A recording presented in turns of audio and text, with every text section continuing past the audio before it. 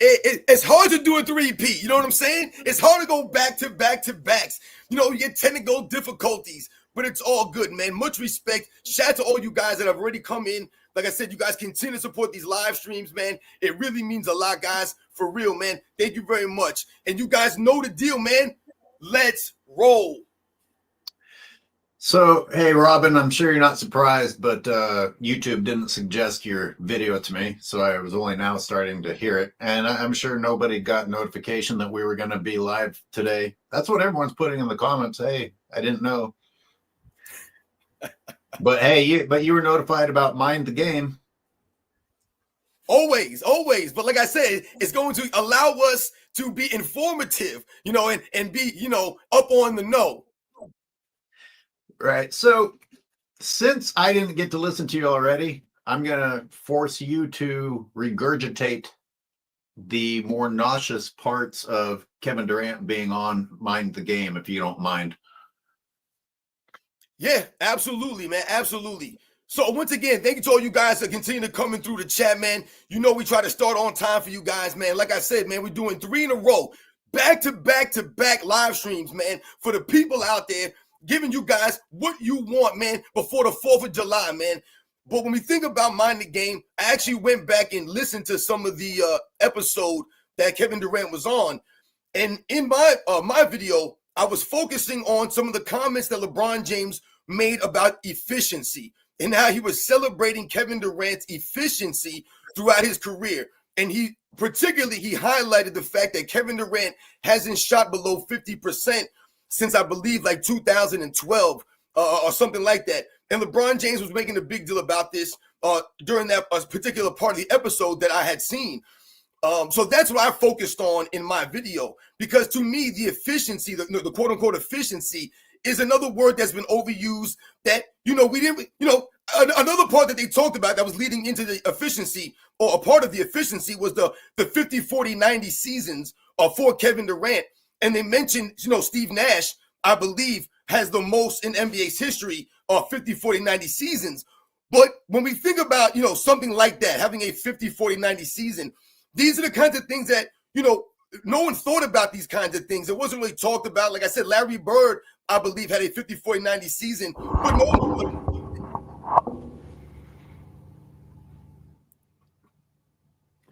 I don't know if you can hear me. You hear me still? I can hear. Did KD make any sly comment about how he was shooting that high percentage actually outside of 3 feet compared to LeBron James's comparable percentage, which stays within 3 feet as much as possible? Right. Well, further along in the conversation, LeBron James mentioned how he's a big efficiency guy. That was his exact quote. I'm a big efficiency guy. And he talked about how, you know, efficiency is important to him. He specifically said he doesn't want to be a guy that goes up there and chucks up a lot of shots. That's what he said. And I started laughing, and I thought that maybe he was trying to take a shot at someone like a Kobe Bryant or someone like a Michael Jordan that, you know, his fan base will say are shot chuckers. But in my video, the angle I took was with the shot chucking comment and the efficiency of it. Because when I talked about in the video was LeBron James shooting more threes in his career than Reggie Miller. LeBron James has taken over 7,000 threes in his career. Does anyone think that LeBron James is a three-point shooter? Does anyone think that LeBron James is an actual shooter like that? But yet he's taken over 7,000 threes, almost 1,000 more than Reggie Miller, even though Reggie Miller still, I believe, has 2 more threes made than LeBron James, even though he's taken almost 1,000 less than LeBron James's career. And why is that? Because Reggie Miller was an actual shooter, a guy that could shoot. You know what's a common factor with a lot of the guys that we consider shooters or guys that could shoot?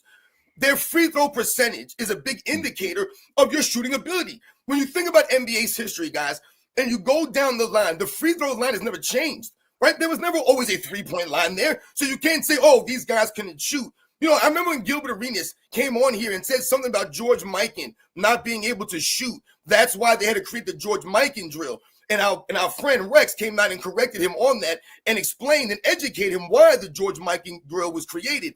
But look at George Mikan's free throw percentage. George Mikan's free throw percentage is actually greater than LeBron James's. So when we think about these kinds of things, this is an indicator of your shooting ability, your shooting touch. All the great shooters, or good the free throw line. There's no great shooter or good shooter that's piss poor from the free throw line or mediocre or below average. LeBron James is a mediocre at best free throw shooter. So I highlighted in my video, he's been a three-point chucker his entire career. Just out there chucking up threes, LeBron James. Chucking up threes, but he says he's an efficiency guy. Yeah, it's funny how LeBron fans jumped on, LeBron getting his percentage up a little bit one season when nobody was guarding him. But you pointed out how if you make 4 out of 10, that's 40%. If a guy on my team in pickup ball misses 6 out of 10 3-pointers, I don't want him shooting the ball. It's a lot different than making 1 out of 3. And the guys in the past that aren't celebrated the way today's guys are were much more efficient. That 1991 breakdown that I'm doing, they took hardly any threes and they made all of them. Yep. But yeah, think about though, LH, like if we're talking about efficiency and we're talking, and listen, if the efficiency is important to a degree, absolutely. You don't want guys just taking horrible shots, bad shots. Sometimes when we talk about guys being volume scorers, volume shooters, people have to understand something. There's a difference between a guy going out there and putting up a lot of shots and a guy who's going out there and putting up a lot of shots in the flow of the game, in the flow of the offense.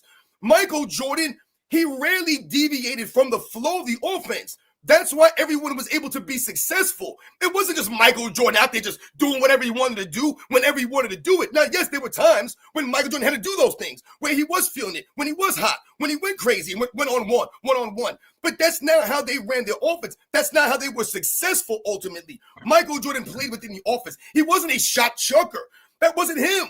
So when we think about those things, a guy just going out there and getting his, so to speak, is not the same as guys getting theirs in the flow of the game and the flow of the offense. And when you think about LeBron James taking more shots than Reggie Miller, but not making more, and we think about LeBron James overall, and someone says, hey, LeBron James shoots over 50% for his career. Hey, LeBron James made all these threes.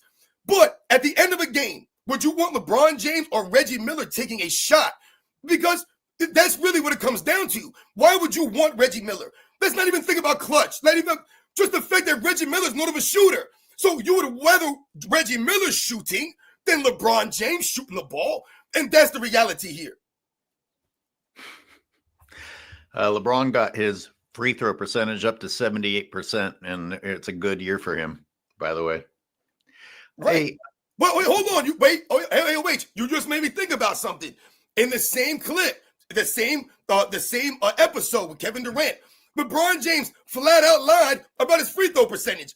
They talked about free throw percentage. And Kevin Durant talked about wanting to be 90% the free throw line, how that matters to him. And LeBron James said, I don't know nothing about that. And then he proceeded to say, hey, I had a career best this year. I was at 80%. And he was like, hey, I was at 79.6. Listen, guys, LeBron James did not shoot 79.6 from the free throw line this year. I believe he shot 78% from the free throw line this year, which is, I believe, is his best of his career. 78% is his best. Guys, the good shooters, rounded up for the great himself. shooters, that's their worst. They would never shoot 78%. No. Oh, LeBron rounding up for himself. Fuck it.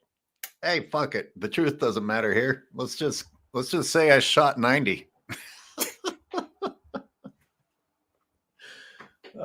Last year, 9% of Durant's shots within 3 feet. Wow, only 9%. LBJ, 24%? Really? Only 24%? Hey, I've got an interesting detail on that. If LeBron James starts outside of 3 feet, but finishes next to the rim, they don't count that as within 3 feet. It's where the shot starts. So he actually has more that are close to the rim.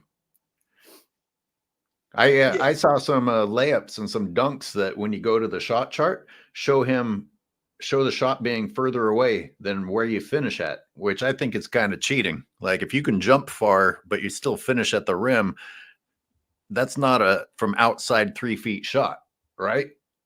Right. I mean, that's interesting. I mean, we've all seen LeBron James shot chart. Is anybody impressed? I mean, and let's be honest. Even LeBron James' finishing ability at the rim is not as great as it should be for someone his size with his, his greatness, right? He's the greatest of all time. If that's the case, he should be finishing a lot more consistently to me at the rim, under the rim. He missed a lot of open layups, LeBron James, man. I'm gonna read some stats for the video I put in my members section. Kevin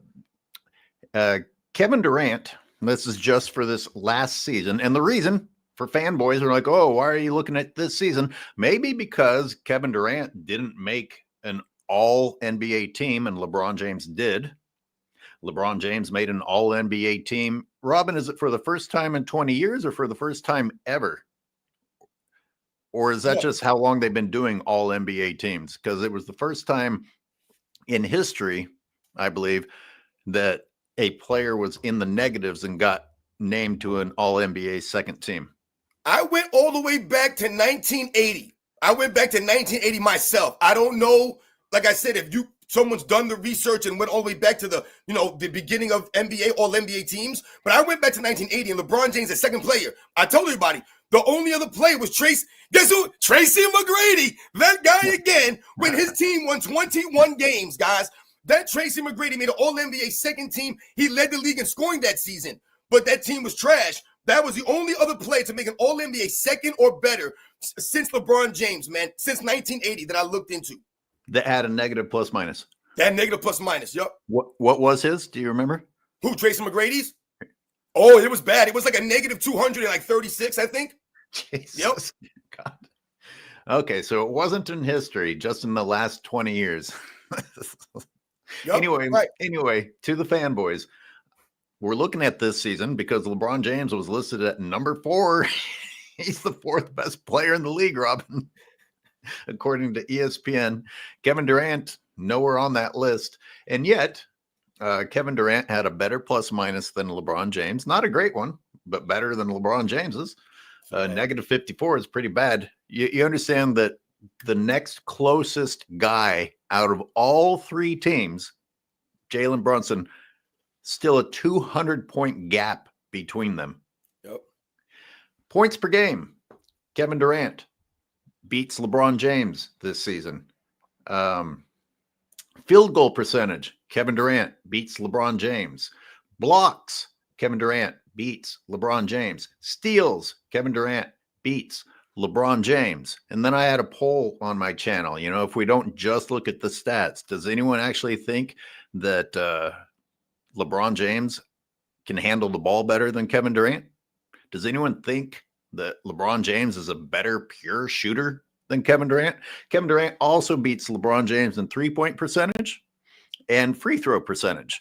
The only categories that I found that LeBron James beat Kevin Durant this last season were in assists and rebounds. And that wasn't by much. And we also see the inflated manner by which LeBron James gets his assists and rebounds. But even if you were to give LeBron James the assists and the rebounds, that's 2 things. All those 2 things just cancel out everything else that I said. How is, and again, I'm not trying to prop up Kevin Durant, but this just doesn't make any sense.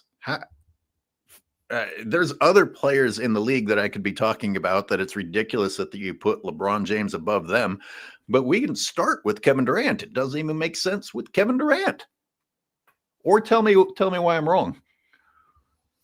No, well, listen, I just saw something on ESPN earlier today, and they had a poll up, and I'm mad, I can't exactly remember what the wording of the poll was, but they had Steph Curry on there, they had Kevin Durant, they had Luka Doncic, and they had LeBron James on there. Oh, Luka made it back onto a poll? That's right. Luka Doncic made it onto a poll.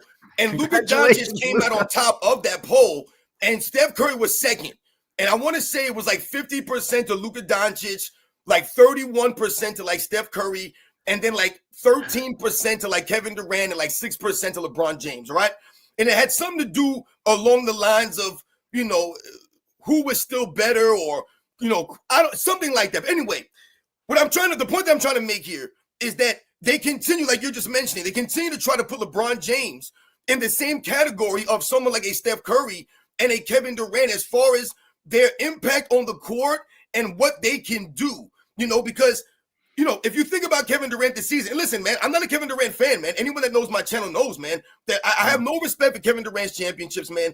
To me, he's sensitive as hell. And to me, he hasn't proven anything since Golden State with Steph Curry. But I can't deny the fact that the man can make shots. The man can knock down jump shots at an elite level. He can shoot the ball. Something like that for Kevin Durant, he's never going to be too old to do that. He'll be 80 years old and he'll still be able to stroke it like that.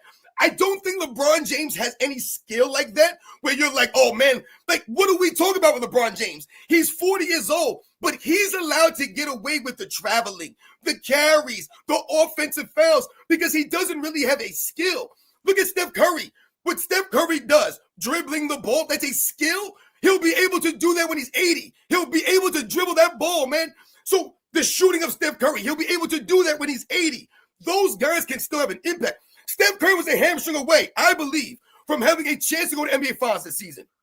Yeah. A chance. Yeah. I mean, that game where Steph played, it was a completely different story. Yup. LeBron's game has not gotten more attractive. It would be interesting to hear a fanboy try to explain that one, like how they actually think that his game looks better. And what I'm getting at is that LeBron is, just as you alluded to, still able to score because he's allowed to cheat and because he's on steroids. And not because he improved his jump shot, not because he improved any other aspect of his game. And sometimes the steroids don't work. Like all the secretions on his hands, he's dropping the ball out there, or sometimes he just collapses. Like that clip. Sometimes he just fucking collapses. I'm absolutely baffled. And of course, ESPN covers these things up, so we never get to hear an analyst try to make sense of it. He looks like one of those toys that runs out of batteries and just goes. I call stumbling and bumbling, man. Stumbling and bumbling. Anyway, the point is, his game hasn't improved on any skill levels. So as you said, he still relies upon the bulldozing technique and getting bailed out, et cetera, et cetera. That only works if you are finding a way for your muscles to keep doing that, which I'm sure it's all natural vitamins. It's all natural vitamins. You know what's funny, man? I'm sorry, I didn't mean to cut you off, LH, but sometimes, people will say like, oh, everyone's allowed to travel and carry now. So, if we talk about LeBron James traveling and carrying, see, there's a difference though. Lower the standard. Right, exactly. So like, that may be true. And we talk about, that's the same thing we talk about for all these guys. They're allowed to manipulate these rules. But does anyone believe, when we're comparing Kevin Durant, LeBron James, let's say, for example, the skills of Kevin Durant, does anyone think that if they were actually going to manipulate the rules back to the standard, right, that they're supposed to be, do you think that Kevin Durant could adjust his game to not carry? Does he need to carry the ball or to travel to be effective? I don't believe he does. LeBron James needs that. He needs to be able to travel. He needs to be able to manipulate the basketball like that to be effective because he doesn't have the skills. He doesn't have the fundamentals. You mentioned Kevin Durant's rebounding. That is one area between both of these guys that I'm actually like, embarrassed for them. These guys are terrible, mediocre rebounders for their size. I mean, Kevin Durant's damn near 7 feet tall, and he doesn't rebound at all. And LeBron James, at his size, this man is never down low getting offensive rebounds, never banging down low, battling for stuff. He's the guy who will have everyone else box out, do all the dirty work, and he'll reap the reward by the loose ball rebounds that he gets that you so eloquently highlight in your video footage. Yeah, it's on face value, you might be surprised that Kevin Durant doesn't have more rebounds than LeBron, being nearly 7 feet. But I mean, goddamn, LeBron is gigantic. He should have him. Thing is, what really matters is that LeBron isn't battling people for those rebounds, as you pointed out. So you don't think that the Phoenix Suns could adopt a Laker policy where the rest of the team forms a protective circle around Kevin Durant the way they do for LeBron James, and he starts racking up his rebounds? He just isn't bothering with that. So I'm kind of getting in the weeds, but So we do. One thing I left out of there is, in my mind, it's a no-brainer that Kevin Durant is more clutch. I would feel much more comfortable with Kevin Durant taking the final shot. Is anyone out there besides Young Disciple and other idiots going to say that LeBron James is more clutch than Kevin Durant? I'm just curious. Go ahead and put it in the chat. And I want to ask you about J.R. Smith. I don't know if we can transition to that, but you're a New Yorker. Do you have specific memories about J.R. Smith when he played for New York? You know, it's actually funny that you say that, because I'm not. To me, I was never really a fan of that New York Knicks, that iteration of the New York Knicks. I'll say that. But J.R. Smith did win Sixth Man of the Year, on the New York Knicks. So, he did have a role. He played a role. The Knicks, to me, they were okay. They were a good team, but I never was part of the hype. I mean, Linsanity was probably the best thing to come out of that, iteration of the New York Knicks. But as far as them actually ever being true contenders, I really won't say that. But J.R. Smith, man, he like I said, he played some good seasons there for the Knicks. I heard on a show this morning that was suggested to me instead of your channel, how, look what LeBron was able to do with a J.R. Smith. Look what LeBron was able to do with Dwight Howard and JaVale McGee as his centers. I was like, this again is revisionist history, pretending that J.R. Smith was not a baller.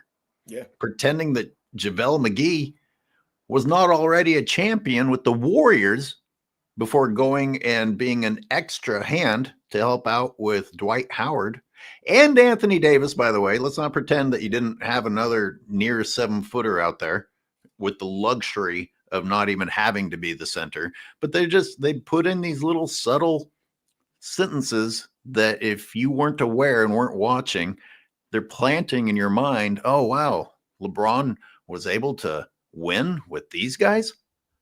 It's more revisionism, just in a more sneaky manner.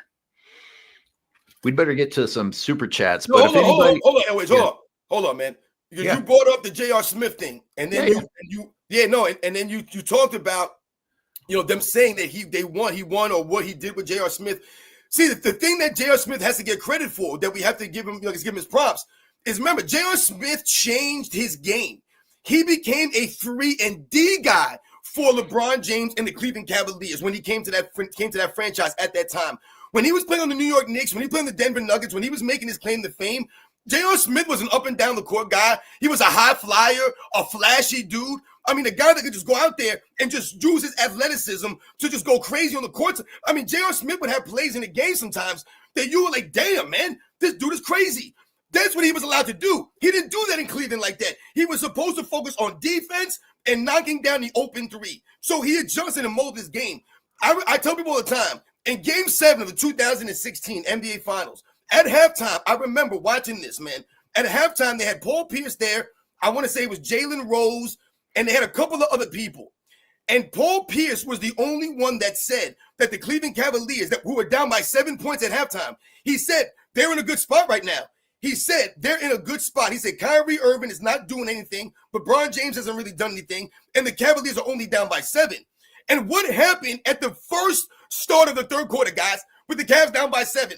Who hit the first couple of shots? J.R. Smith hit back-to-back three-pointers, guys. And to me, that was the turning point of that game. He hit back-to-back threes, and they were down by 1. And from that moment on, the Cavaliers were never down by any more than that. It was a game from that. J.R. Smith played his role, man. Yeah, it doesn't even get mentioned. It changed the momentum, man. It changed the momentum. It was a turning point, as you said. Anyways, all right. Yeah, thank you for pointing that out, though. I mean, it's amazing how many things played their role. Richard Jefferson. I mean, you know what's funny? And I'm sorry, I know I'm going off AOH again on the side here, man. But I mean, I want people out there to think about this. Any LeBron James fans out there, do you guys ever mention Richard Jefferson? Do you ever give him props? And I don't even like Richard Jefferson like that, man. You know what I'm saying? I respect his game and what he did. He was a high flyer, Richard Jefferson. He was banging on you, man. He has some vicious dunks. But Think about Richard Jefferson and what he did for the Cleveland Cavaliers in Game 3 in that very series, guys. They're down 2-0. Kevin Love was out of Game 3 with a concussion. He took an elbow in the head, did not play Game 3. Richard Jefferson stepped in to the starting spot for Kevin Love, and he came in and was huge. Yeah, you could look at the box score, and he might have only had 9 points, like 5 rebounds, maybe a couple of assists, and you might say, oh, what is this guy talking about? Watch the first quarter of that game. The game was over after the first quarter in Game 3. Anybody that watched that series knows what I'm talking about. Kyrie Irving had like 19 points in the first quarter, guys, and Richard Jefferson came out and hit a big-time basket that put the Cavs up 9-0 at the beginning of the game. And they never turned back. They blew the Warriors out that game. And Richard Jefferson was a huge member. The LeBron James fans spend so much time talking about John Paxson, Steve Kerr, Scottie Pippen, Dennis Rodman, Tony Kukoc. They know all of Michael Jordan's teammates and their contributions, but they have no clue of the contributions of the J.R. Smiths, of the Richard Jeffersons, of the Kyrie Irvings, of the Anthony Davises, of the Dwayne Wades, of the Chris Boshes, of the Ray Allens, of the Shane Battiers, of the Mike Millers, of the Birdman Andersons, the Udonis Haslems. They don't know any of these guys. How do I know them and what they've done and what they meant to this man's career? And somehow, some way, he's still 4-6. That was fire, man. Good shit. Funny you mentioned Birdman because that crappy show I listened to this morning also listed Birdman, and it's LeBron bringing Birdman out of purgatory. Bullshit. Birdman was huge for that Miami Heat team. If Birdman didn't have those drug problems, Birdman was a good player, man. Hell yeah. Listen, he was suspended like a whole season. He shoved Tyler Hansborough right off the fucking court, and that was a momentum shift against the Pacers. Just shoved him right. Get the fuck. I mean, who do you want on your team? The guy that gets shoved into pussyhood, or the guy that did the shoving? Who do you want? Exactly. Come on, man. Those guys had his back out there, man. Like I said, all those guys had moments. I remember Mike Miller with no shoe. He was missing one shoe in the finals, and the man was knocking down threes. Mike Miller, who had all these like back problems, had all these injuries in his career. He was deteriorated down to hobbling out. The man was cash. Shane Battier, who had to do all the dirty work on the defensive end, because LeBron James is not going to do the dirty work on the defensive end. So he needs the other guys, the Iman Shumperts, the Timofey Mozgovs, the Matthew Dellavedovas. Come on, these guys get no shine. They're worried about everybody that Michael Jordan played with.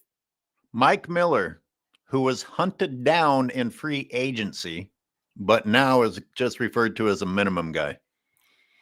Yup. Mike Miller was not some piece of trash that was already sitting there in Miami. Miami went out and got him. And he was good. Yup.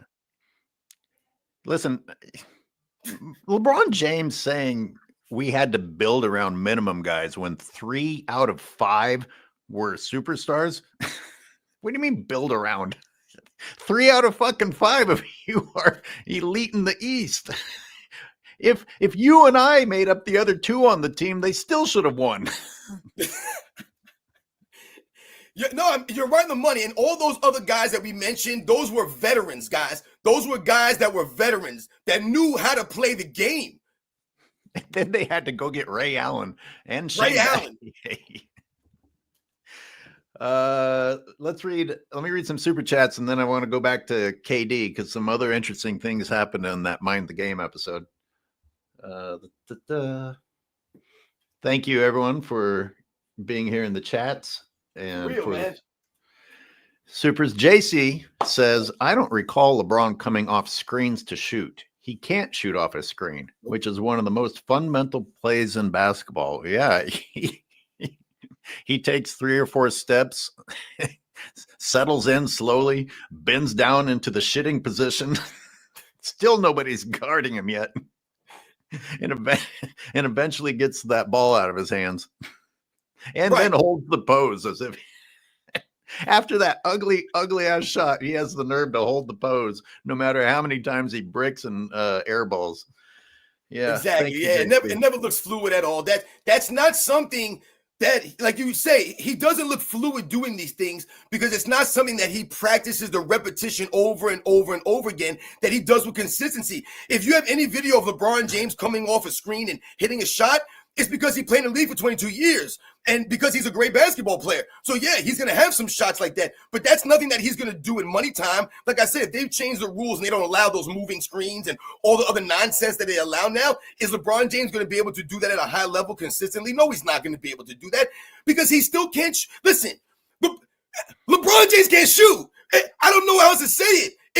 LeBron James fans can say whatever they want. They can say that he shoots over 50% from the field goal for his career. They can say that. But LeBron James is not a shooter. He can't shoot, man. He just can't. His form is just hideous. He doesn't even, think about his shots. They look different all the time. They look herky-jerky. He just can't shoot, man. That's the bottom line here. Like I said, someone like Kevin Durant, his skill that he has, the ability he has to shoot the ball. Like we mentioned, look at the Olympics. If it wasn't for Steph Curry against Serbia, but in that game against France, the championship game for the gold medal, Kevin Durant was knocking down some big-time shots in that game, man. Now huge. LeBron James. Huge.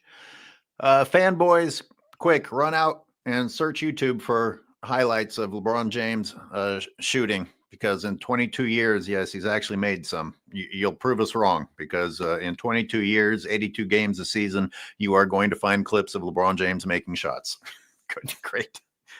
Proved everything we just said wrong. Good job. I mean, think about it. Think about it. A top 10 list, guys, of people you want taking a shot, just shooting the ball. Who do you want taking a shot, man, in your offense? You want LeBron James taking a shot, man? Come on. And thank you to Jay Evan for the super sticker. For real. Shout out to Jay Even, man. Thank you very much. Now, Robin, in the members video I put out this morning, it's going to go public a little bit later today. I did note a piece of mind game in which Kevin Durant specifically said, if you're the man, you take the shot. Don't be looking to pass it, even if somebody's wide open. This tendency to look for the three. Oh, drive and kick out, drive and kick out. If the shot clock's winding down and you have that shot, take it.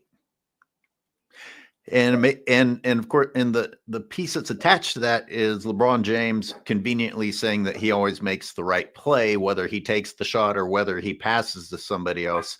And I thought, you know what? The right play is when the man takes the shot.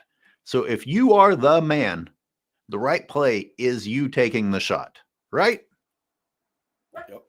I mean, if you get double and triple teamed and you're the man, sure, pass it off. But if you're open and the other guy's open, the guy who is supposedly the GOAT, isn't that the right choice? Right. I mean, what can anyone tell me, or can anyone remember a play in the finals where LeBron James made a crazy game-winning assist? He didn't make that assist to Kyrie Irving. That's the funny thing. In the corner. Exactly, AOH. If LeBron James would have had that ball at the top of the paint, the top of the key, right, top of the three-point line, and he set up that play for Kyrie Irving off, some dribble penetration, beating his man, out of the three-point stands, the triple threat position. If he was able to do that and then kick out to Kyrie Irving wide open for a three, or just to kick it out to Kyrie Irving in his shooting motion, then yeah, we could talk about LeBron James made the right play right there, man. They collapsed the defense. They slid over. He was going to maybe get an offensive foul, or there was no shot for him. He had a clear shooter, Kyrie Irving, who we all know as a shooter, and we all know is a clutch time shooter. So yeah, that would be the right play. But that's not what happened. What happened was, in the timeout, they wanted to go to LeBron James, and LeBron James deferred to Kyrie Irving. So a lot of times you'll hear LeBron James fans say, oh, that's LeBron James being smart and going to Kyrie Irving. That doesn't make any sense because, once again, like I said, if you look at that play, what does LeBron James do? He doesn't do anything. He stands in the corner and does nothing. It's literally one-on-one. They went one-on-one. They picked on Steph Curry. They got one-on-one with Kyrie Irving, and they said, Kyrie Irving, take us home.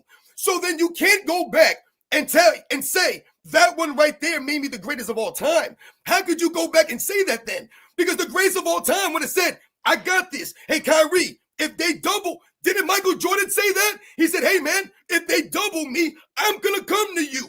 It's not always on you. They used that play against Michael Jordan now. Oh, Steve Kerr saved Michael. He didn't save Michael Jordan. That was the right play. Hey, you can't even say that LeBron James was drawing the defense. Like, you don't even have that. Not setting the screen, not drawing the defenders. He literally went into the corner and watched Kyrie win the fucking game. And they said that made me the greatest of all time. Me standing in the corner made me the greatest of all time when they said, hey, we're going to you. And you said, no, go to him. Michael Jordan never said, hey, go to Scotty. Let me read some more. Scotty, beat me up. I had to do it. In 2014, by the way, when LeBron was bricking it up at the end of regulation, he wasn't drawing the D then either. That was a small detail in that game breakdown that I did. I was like, wait a minute, LeBron's not even drawing a double team here. What's going on? This is during his MVP era, whatever the hell that was about. Daniel Parker, 1200, with a super thanks and a comment. Let's think about LeBron's shortcomings and predict the next mind the game talking point, right? I mean, that's what the show is. I think we could beat him to the punch. What's your guess? I think I have beaten him to the punch. It's amazing how predictable the guy is. It's amazing how predictable the guy is. Yeah, what has he not covered yet, guys? I was just going to say, I don't know what he didn't cover already. He's blamed everyone he's ever played with. Did he talk about how he could lead the league in scoring every year if he wanted to, and he'll break down why he never really did? I could too, by the way. I'm not going to prove it, but I could too. Maybe he'll talk about him guarding 1 through 5. I don't know if he touched on that. And all the times that he didn't. I mean, I don't even know that. I mean, that's a really good question. The sad reality, Daniel Parker, a shout out to you, is that that's actually what's going on. The minded game just seems to be LeBron James trying to rewrite his own career. I mean, this is insane that he's actually trying to rewrite the history right on a podcast. Like, come on. Have they talked X's and O's yet? I want to say like the first season, I think they may have done it a couple of times. I'm not sure. Like I said, I don't follow the series. I couldn't, be honest and say, hey, yeah, I've seen every episode. I would never do that to myself.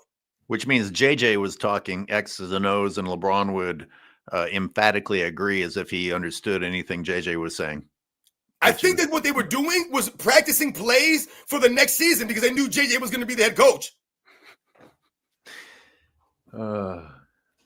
JJ, how quickly can you agree with me? This is your coaching interview. Yep. That's pretty much what it was. It was an interview. The season, the episodes were interviews. That's all it was. Can you believe my nonsense? Are you going to guess me to death? Are you going to be on board with this ridiculousness that we got every single damn day going on here? Lowly one, I want to thank you for reminding me of something else I wanted to talk about today that I heard. The Lowly one with the super chat says, shouldn't LeBron be practicing with the team? LeBron seems to always have time to do these podcasts, and you're on the money. And what it is reminding me of is that same crappy show I was listening to this morning, actually multiple ones with contradicting takes. One of them I heard was like how LeBron and Luka are going to be the leaders that DeAndre Ayton needs. And I was like, the two most complainingest guys in the league that don't seem to feel compelled to do their part on defense are the leaders. They're going to change somebody whose mindset is already in question. I mean, just what fucking planet are we on? I don't think people understand leadership. Just because you're a great player doesn't make you a great leader. I mean, it doesn't even make you a good leader. I mean, I don't get this stuff. You know that people actually go to school to learn how to become greater leaders, better leaders? I mean, people actually go to classes for this stuff to learn about leadership. It's an actual skill that you can hone. You can develop this. But Not everyone's born a great leader. Not everyone's going to develop and become a great leader because they go to some class. But once again, it's a skill. So when we talk about guys being leaders, guys who are not leaders, some people are born with it, some people aren't. But some people can learn and develop leadership skills. Some of these guys like LeBron James, after 22 years, this man still has no leadership skills. Like, where are your leadership qualities? There are none. I mean, leadership takes sacrifice, right? LeBron James don't sacrifice for a damn thing. Case in point, the man's asking for is $53 million. Come on, dude. You're a billionaire. This is ridiculous right now. Look, Paul George, the same thing. I mean, you mentioned the podcast. Remember, Paul George came out and said, he came on a podcast to tell us he's taking a break from the podcast to focus on getting back to basketball. That's ridiculous, man. Dude, you can't stay healthy and you're doing a podcast? These guys are a bunch of goofs, but they call the guys that we watched growing up plumbers, taxi cab drivers, attorneys. Like, what? With LeBron and him not being a leader, I'm sure that all the fanboys turned around and were like, well, of course he's a leader. They describe him as a leader all the time, to which I wish someone would push back on Stephen A. Smith or whoever the fool is that always come up there and say what LeBron's done to the game, done for the game, and then don't follow it up with any specifics. Yep. I'd be like, oh, can you give me one example before we move on? Stephen A., can you give me one example? Can you tell me one time that LeBron James acted like a leader, that LeBron James even acted like a respectable adult? Yeah. I'm so confused sometimes. Like I said, that these are, I mean, think about it. These are supposed to be grown-ups that you're watching on TV. If I took LeBron James's leadership skills and applied that to this podcast, I would spend the day letting everyone know that everything that goes wrong on this show was your fault, Robin. And would you call me a leader? I'm inspiring you to be better by humiliating you. Yo, look at us, man. We going for the three-peat right now. Me and AOH right now, we came back to backs, man. That's called giving the effort. That's called showing up, man. There ain't no one blaming anybody. We showing up on time. Ain't no one late. We trying to be professional here. So once again, we came with 3 straight for you guys, right? We said not 1, not 2, but 3. And that's because of you guys. We saw you. We saw you in the chats. We saw you supporting us. We saw you asking for it. So here we are. And we appreciate you guys. We appreciate you tuning in. Keeps us motivated. Yo, hold on a second. I saw someone in the chat put Kobe Bryant refused to take a pay cut. Once again, let's look at what Kobe Bryant gave to the Lakers organization. Let's think about what Kobe Bryant gave to the NBA, what he gave to basketball, what he gave to the city of LA. And you don't talk to me about LeBron James and his pay cut and what he gave versus LeBron James, man. It ain't the same thing. Stop bringing up Kobe Bryant because you know you guys feel guilty because LeBron James is a narcissist and a piece of garbage, man. Stop it right now. When Kobe Bryant died, man, the city of LA shut down. It shut down for a reason, man, because of what he meant to the people out there. Because of what he gave to the game. He gave back to the people, man. LeBron James ain't no people's champ. And look, I remember that. And as I've already told people, I cheered against Kobe. I criticized him for it. I didn't think it was a very good move. I was like, come on, man. The franchise has given you a lot. You've given the franchise a lot. I still thought, Kobe, you don't need to take all that when the franchise is going to be in a dark place. So look, I don't want to spend time shitting on Kobe, especially since he's passed on. I'm just saying I'm keeping it real. It doesn't, but just because you can point out that somebody, and by the way, Robin, you pointed out something very, very important there. Kobe has done way, way, way more for the Lakers than LeBron James. So if you want to, they're not comparable, but again, I'll keep it real. I didn't think it was the best move, and pointing out that someone else made a move that was questionable. Maybe you don't think it's questionable, but either way, you don't get to validate LeBron James just because you saw that someone else also did it, and they're not comparable. I mean, let me ask you this, LOH. Let me ask you this though. Yeah. So what you just said, and I hear what you're saying, But do you at least respect what Kobe Bryant did? You may not have liked it. You maybe didn't agree with it, but could you respect it? Because like I said, what he gave, the effort that he gave, what he gave back to the Lakers, you can respect him feeling that kind of way. I'm not saying it's right or wrong. So I hear what you're saying. Do you respect LeBron James not taking the pay cut? I don't respect that. That's not the same thing. That's what I'm saying here. Yeah. I'm not saying Kobe Bryant was right. Kobe Bryant, no one's perfect. I'm not defending that at all. I'm just saying it's not the same dynamic there. Kobe Bryant ran to the ground for the Lakers. Yeah, you're nailing LeBron James low manage on your fans. What? LeBron James isn't even a Laker. He's a traveling mercenary. Like, I think it's offensive that the Lakers brought a traveling mercenary to their franchise, because that's not what the Lakers are. I mean, they used to have guys that were there their whole careers. That was kind of cool.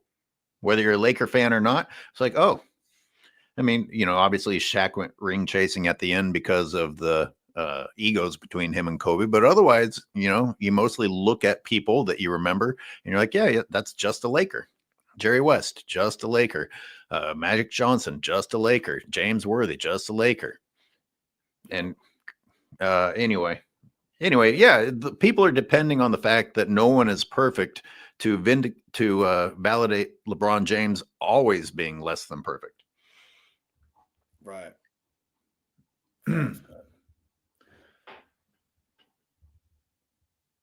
Yo, shout out to all you guys in the chat, man. You guys be coming with the heat, man. You guys be coming deep, man. You guys come with the support. It means a lot. Thank you very much.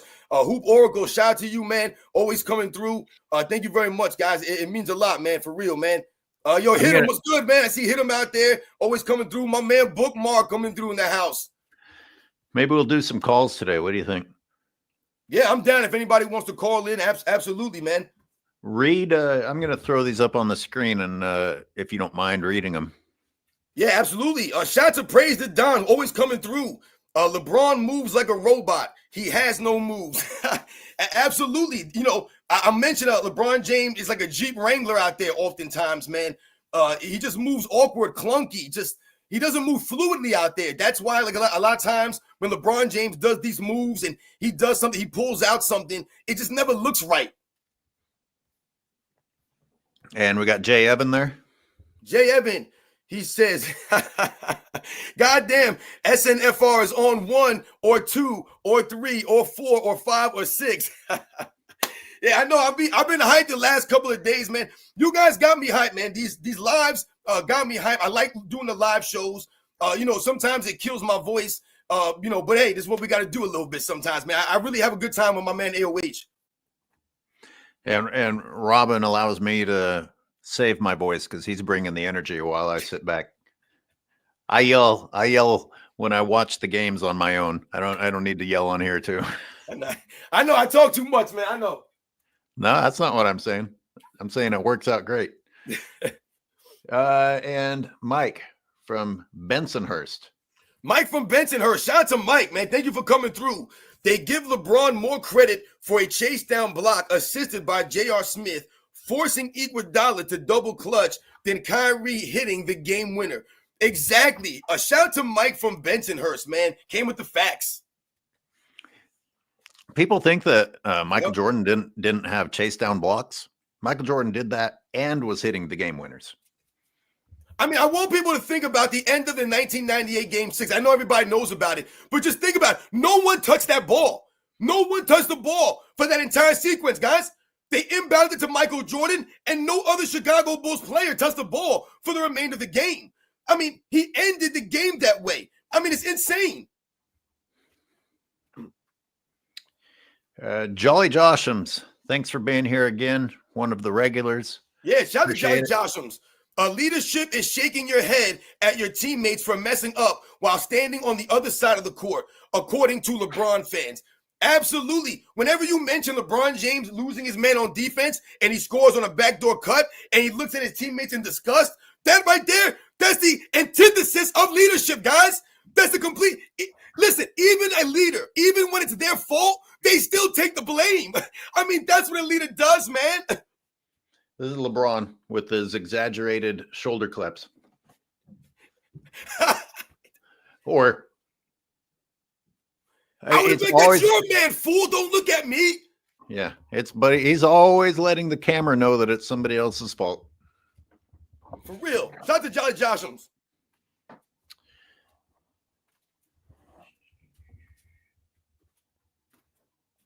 And Animaniac. Animaniac 89 coming through, man. A true supporter, longtime member. Shout out to Animaniac. The Lakers' new owner is close to Magic. Is Genie running the team until LeBron leaves and then Magic will run it? We know he ran Magic out of LA. Yo, shout out to Animaniac 89. I did not know that about the new ownership and that he's close to Magic Johnson. So that's a very interesting time. I mentioned on the other live stream that Magic Johnson was trying to buy the Lakers. He wanted to buy the Lakers. So I can absolutely see Magic Johnson. And like he mentioned, Magic Johnson. Remember, he ran for the hills, Magic Johnson. He didn't want to be involved with this LeBron James circus. So does he get off the hook for that then? Because some people feel like he just gave the green light and then ran. I don't know. I'm asking. Listen, Magic Johnson has culpability only because Magic Johnson is so loyal to the Lakers franchise.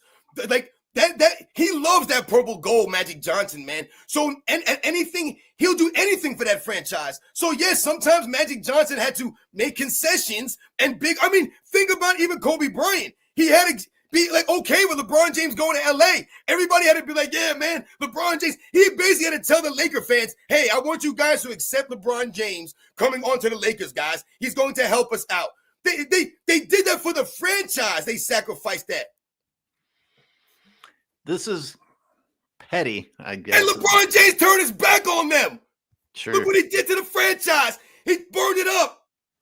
All we hear every season is whether the Lakers are going to do what needs to be done for LeBron, while LeBron takes everything from them every season, even right now, every fucking day on YouTube. The feed is, are the Lakers going to make the necessary moves? LeBron is watching the front office every freaking season.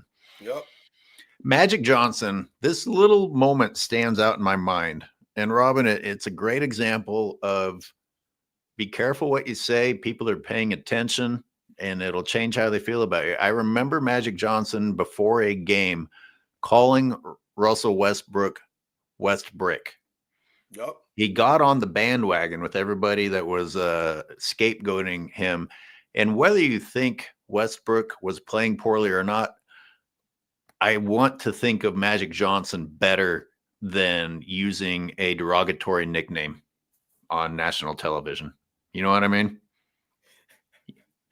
You know, it's funny that's kind of like what happened with Doris Burke, right? She started calling SGA a free throw merchant during the finals, and people didn't take too kindly to her comments, because she got caught, once again, listening to the nonsense that people were saying on social media, these nicknames that they give these people. And this is what happened with Magic Johnson, the Russell Westbrook stuff. But, listen, you have it to me. With Russell Westbrook, when I think about that whole scenario, everything the way it was going down, obviously the LeBron James fans are just terrible fans. I mean, they were giving Danny Green death threats. They were giving death threats to Russell Westbrook during that season. Like, they blame LeBron James' teammates so much on LeBron James not winning that they give death threats to his teammates. Did Scottie Pippen ever complain about getting death threats from the Michael Jordan fans? I mean, how many times did Scottie Pippen screw up with the migraine game, with the elbow in 89, with the missed free throws in a lot of these games? I mean, my God, man. But LeBron James teammates getting death threats. So you have to think about, some of this stuff that we're talking about here, man. Crazy thing about it, because Westbrook did have plenty of lowlights, but LeBron James had as many lowlights that season. That was a terrible, terrible year for LeBron James. Terrible. Off the side of the backboard, airballing, fumbling the ball out of bounds. He had at least as many lowlights as Westbrook. And his shooting percentage was in the pits also. Anyway, Dana Green says the dummies on ESPN talked about how stupid LeBarbie signing his contract, then asking for a trade. Stupid. Yeah, they mentioned it, but by the end, if you pay attention, by the end of the show, they start trying to explain it. Listen, I tell people, man, it's too late for these fools. It's too late. I don't want to hear from any of these clowns, man, about LeBron James now. I don't want to hear from Nick Wright or Shannon Sharp or Colin Cowherd or Kendrick Perkins or Stephen A. Smith. I don't want to hear from none of these fools, man, on ESPN about LeBron James. Oh, LeBron, they're calling out LeBron James. It's too late for this stuff. These guys should have been done this. These guys have been lying for LeBron James. They've been creating these narratives. They've been pumping out these lies for years now. They are the problem. They are the problem. Yeah. You know, every now and then Stephen A. Smith says something that you kind of want to get behind, but yes, he's a flip-flopper, and I don't respect a flip-flopper. Exactly. And boy, I don't know if anyone's a bigger flopper than Colin Cowherd. Like, I don't expect anything good out of him, but my God, the extremes that he goes to. Yep. Holy, and the disrespectful shit that he has said about Larry Bird and Michael Jordan. Colin Cowherd, yep. I'm not going to say it. He deserves what he deserves.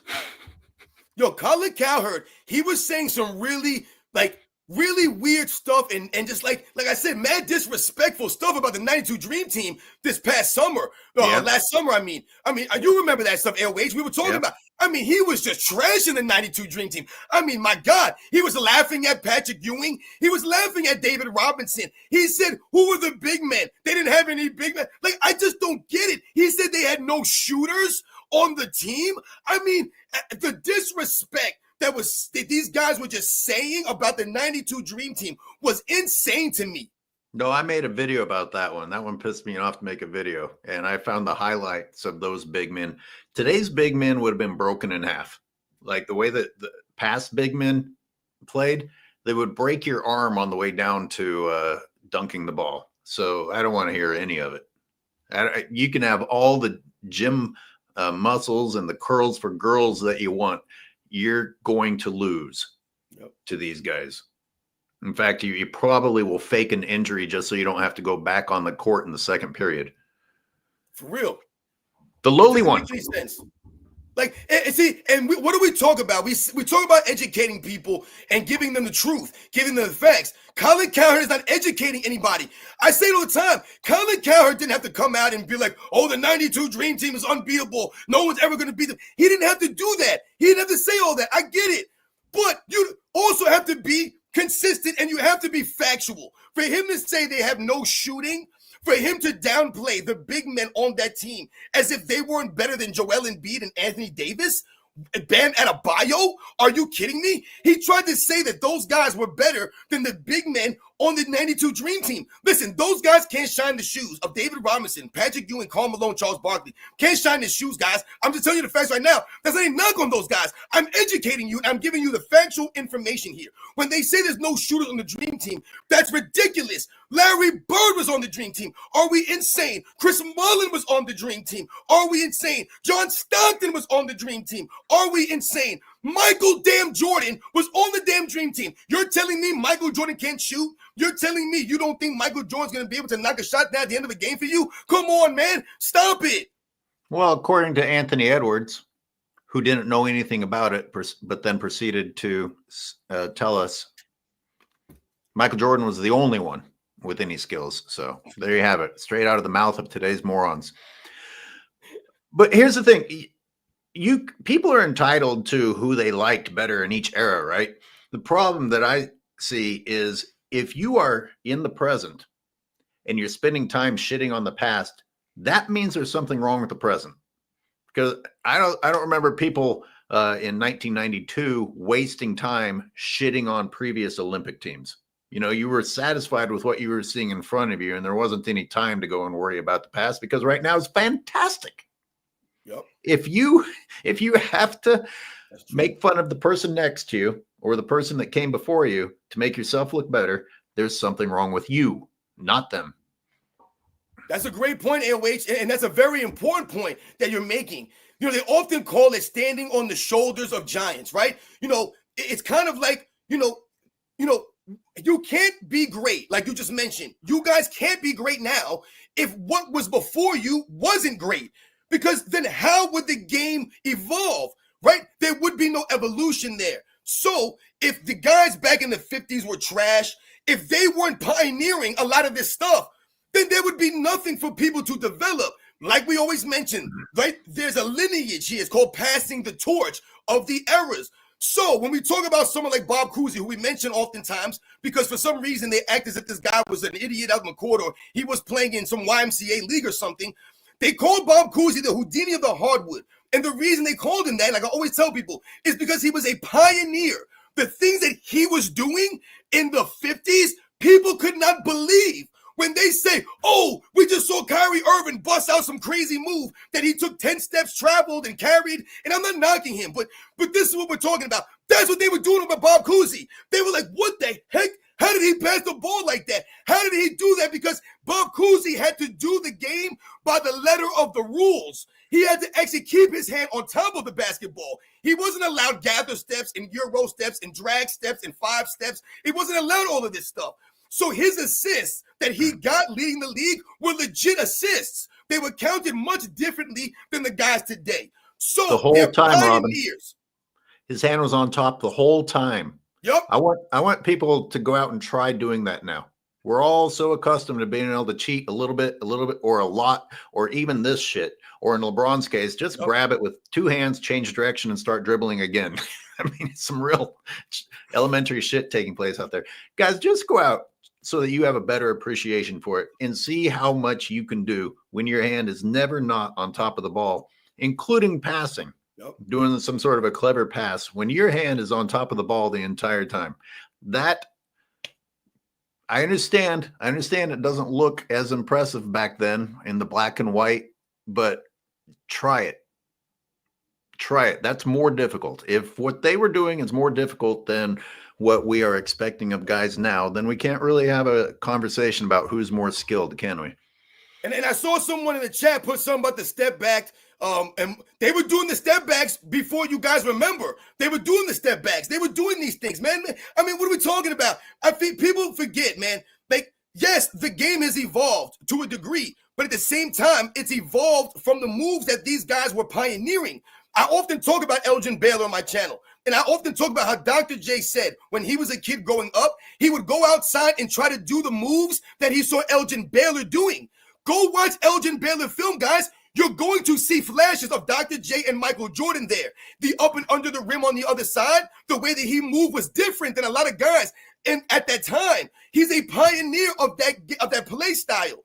So we talk about the pull-up jumper for someone like Jerry West, right? These guys had these moves. They had these things. The game has evolved and has been, changed and added on as the years have gone on. But if those guys weren't great, then how could these guys be great? How could you be like Michael Jordan was being compared to greatness? He was going to be compared to Bill Russells and the Magic Johnsons, the Larry Birds, right? The Will Chamberlains. You're being compared to the Kareem Abdul-Jabbars, the great players, greatness. You're not being compared to mediocrity. The lowly one with the super chat, thank you very much, says exactly a mercenary. How are you a king and you have no kingdom, no dynasty? Jumping around. Yeah. If we were to compare it to an actual kingdom, it would be a king who sees that things are about to get bad and you're about to get invaded and the neighboring kingdom is about to take over. And you're like, I'm going to go to that kingdom. Yep, I'm bailing out. Fuck you guys. I'm going with them. He'll blame the people. Yeah, and then blame the people. Blame the people. Play the victim. No heart, no honor. An unhonorable king. Who's following a king with no honor, with no integrity? Who's going to follow that king? Cash, thanks for being a member for 14 months. Robin, shout out to Cash. You want to read JC? Yeah, absolutely. Shout out to JC, man, again, for coming through. LeBron never had a Hall of Fame coach because he got all his coaches fired. He tried to get his only Hall of Fame coach fired down in Miami. That's a great point. Shout out to JC. Like we say, LeBron James, the burden's on the great players, man. They always say, LeBron James never played for a great coach. LeBron James never made a great coach, never made a coach great. That's on LeBron James. Like I said, he never helped his teammates help him. That's why he's inconsistent. He's had some great coaches. Mike Brown has more Coach of the Year awards than Phil Jackson. And I've told people this. No one's saying that Mike Brown's greater, but that shows and highlights that Mike Brown's a quality coach at least. So LeBron James had him. He didn't make him great. LeBron James blew those series. If LeBron James leads his team to championships during those seasons, maybe Mike Brown's all of a sudden a Hall of Famer now. All of a sudden, Mike Brown's looking pretty damn good with a couple of championships under his belt in Cleveland, right? What if LeBron James really did not 6, not 7 or 8? Eric Spoelstra's like a 7-time-in-a-row champion. He could have made Eric Spoelstra look like one of the greatest coaches of all time. He didn't do that, though. LeBron James didn't do that. Remember the guy David Blatt, who they were calling the Phil Jackson in the European leagues. This guy David Blatt had won all these championships. They bring him to the States. They think they found something. They got this coach. And what does LeBron James do? Gets him fired after one season. I mean, it's insane. I'm debating whether to add to that. I don't think it's necessary.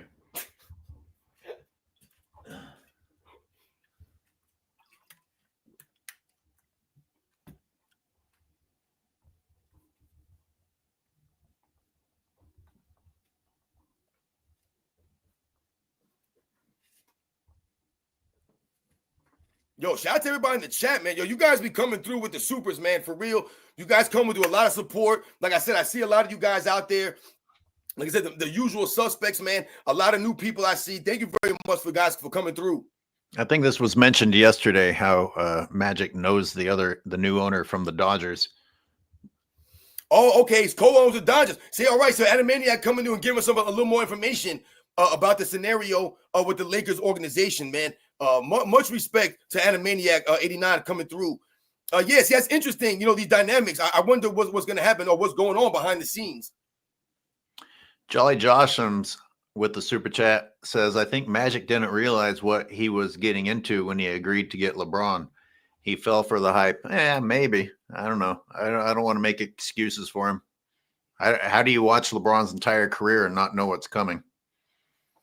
Like I said, these people are slaves to the purple and gold, man. Like I said, I respect Magic Johnson. I got no problem with Magic Johnson backing up the Lakers and backing up LeBron James going to Lakers. That's not the – listen, once again, that's all LeBron James. We're going to blame Magic Johnson and these guys for backing up them getting LeBron James to the Lakers, man. Because once again, LeBron James didn't live up to the hype. And he let everyone down because of the way that he goes out there and load matches on the people and faked injuries and celebrated in-season tournament wins. I mean, it's just a bunch of nonsense. Like I said, you're out there flopping around in the purple and gold. You're making the jersey. Like I said, you're embarrassing the jersey. And if the decision has already been made, then the classy thing to do is to support your organization and say, hey, like you said, Kobe had to do. Kobe probably was not happy with LeBron coming there, but the correct thing to do is to support your organization, not like be based on division and not divide your organization going into the future. Cash with 1999. Thank you, Cash. Very cool. I was at those Bulls games in the 80s and 90s and have seen the entire careers of both MJ and LBJ, and it's not close. MJ is the best I have ever seen. Great show. I love getting people who are at the games. Thank you, Cash. They also provide perspective on the Scottie Pippen and all the stories about Scottie Pippen also. I'm telling you right now, I don't believe that there's anyone that actually grew up at that time that remembers this stuff that would ever think that Scottie Pippen didn't get like his just due or believes what Scottie Pippen is saying.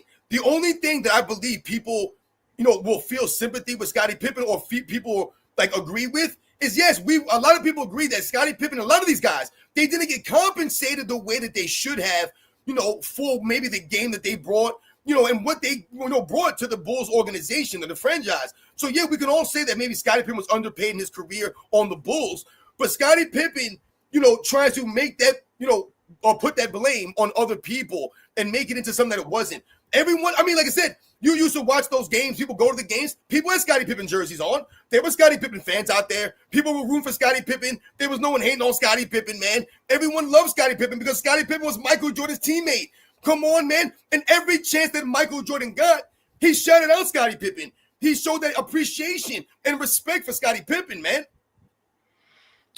Scotty comes in 87, 88, 89, 90, 91. He only had 5 years before they're in the finals and had those wonderful years where they're getting past the Cavs and battling against the Pistons. And you're right. If you go and you watch those games, the announcers are already giving Scottie Pippen credit. This whole Scottie Pippen spent his career underappreciated is kind of nonsense. Yep. Exactly.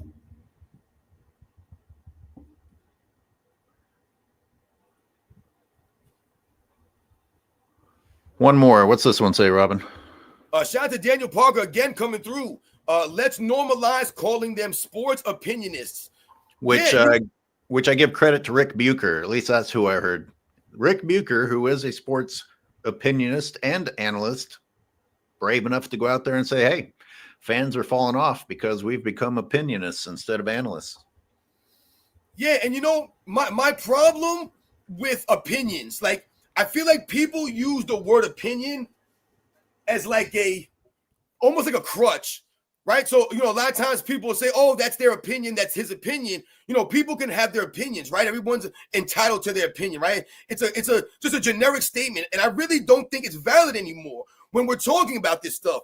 Because to have an opinion is great. We can all have our own opinions in the privacy of our own home. We can believe whatever we want to believe and have those opinions. That's great. But once you start to have a podcast, let's say, for example, or you're on a TV show, right? You're out in the public and you're trying to push and put your opinion out. You're trying to promote your opinion.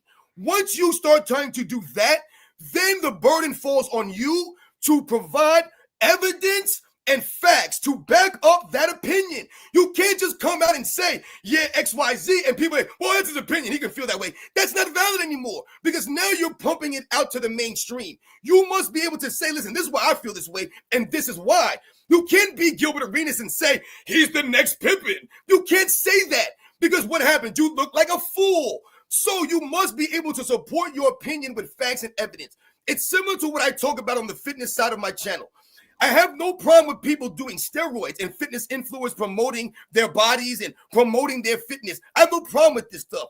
But once you start putting videos out, once you start trying to put out your information, and once you start trying to sell products to people, that's when I have a problem with you because you're not honest. You're trying to sell products and you're being dishonest about the way you got your results. That's when I have a problem. That's when you have no integrity. That's the problem for a lot of these opinionists, like my man said, these analysts.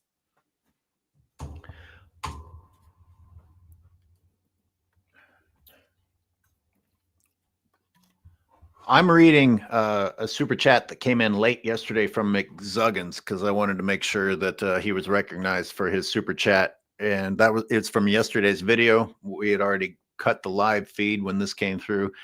And we were getting all in the weeds, remembering the old days and tape cassettes and shit like that. We watched more NBA when we had to race home or tape games than they watch now on demand. Think about that. There is a lot to think about there.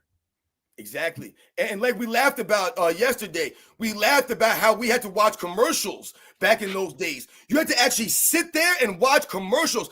Think about how that would drive a lot of people crazy today. A lot of people can't operate like that. They need their DVR. They need to be able to, get through those commercials and all that stuff. They need their on-demand stuff. They need their Amazon Primes and, their Hulus and all this stuff. They need this stuff. We've become dependent. And I'm not saying there's anything wrong with technology and having this stuff be convenient for us. But that's the difference. That's why I say sometimes these people need to shut up and listen to us because we had to actually watch and you had to sit there and watch it. You had to sit there and watch the damn games. There was no iPads. There was no computers. There were no laptops. There were no cell phones, man. There was no basketball reference. There wasn't you going to StatMuse. There wasn't you going to all these different ways for you to get content and watch highlights. You didn't have this stuff like that. Sitting there and watching it, though, is exactly what allows you to understand how important that shot was at that time, because you're feeling the game and you're feeling the momentum of the game and you're feeling that it's about to get out of hand if somebody doesn't stop the bleeding. And then you understand who made the big plays at moments that aren't going to show up in the box score, that aren't going to show up in StatMuse. then you understand who the difference maker was out there, even if you're not hearing about them on ESPN or reading about them in the newspaper. Yep. For real. No, you're right. That's it, right on the money, man. Like you said, newspapers. Oh, I mean, remember Sports Illustrated magazines, and they had those different programs, like NBA Inside stuff. They had different ways. And what did they do during these programs? What did they do in these magazines? Right? I remember collecting basketball cards. And what did they talk about on the back of the basketball cards? They would give you a breakdown of the player, right? A lot of times on the basketball card, they would have the player in some kind of action pose, right? Normally something that they do well, or they're known for doing, right? And we collected these things. This is how we learned about a lot of these players, right? That's called being educated. These programs taught you about the game. They always seem to do that. So that's how we knew this stuff. Like I said, we didn't have YouTube. You couldn't just go and Google something and find out and be, hey, Chat GPT. You had to actually go and learn and listen. And the only way you could do that is if the people that were broadcasting, the journalists, these guys, if they were doing their jobs, which they were back then, they were honest, they were educating you, they gave you the facts, they didn't give you a bunch of opinions, and they backed up their statements with proofs and evidences. So we learned the game. That's how we knew who these guys were. We couldn't Google who they were. We learned who they were from the TV screen, from these people. Now you have people like Nick Wright convincing people that Jordan is worse because he retired early, because he didn't have the longevity of LeBron James. That's how you were supposed to play. Like, they're literally shitting on Jordan for doing the right thing and warping the minds of these people. Like, you're a pro athlete. Your body, if you're playing the right way, is supposed to wear out. You're not supposed to play forever. And if you are playing forever, you're not playing the right way, and you're probably doing some enhancements. Like Michael Jordan, the Wizard years, having to drain his knee from the black goo inside of it, is the way it should be when you're a 40-year-old playing both sides of the ball. And you should probably retire when you reach that point, if not before, which is what he did. He went out on top without those sorts of injuries, and it all made sense to us, except that they were winning. But Jerry Krause kind of like took that decision out of their hands, his hands. Anyways, it's just one of many examples, Robin, of how the people that are on TV now are getting paid to lie to you instead of explain the game to you. You want to read Animaniac for me?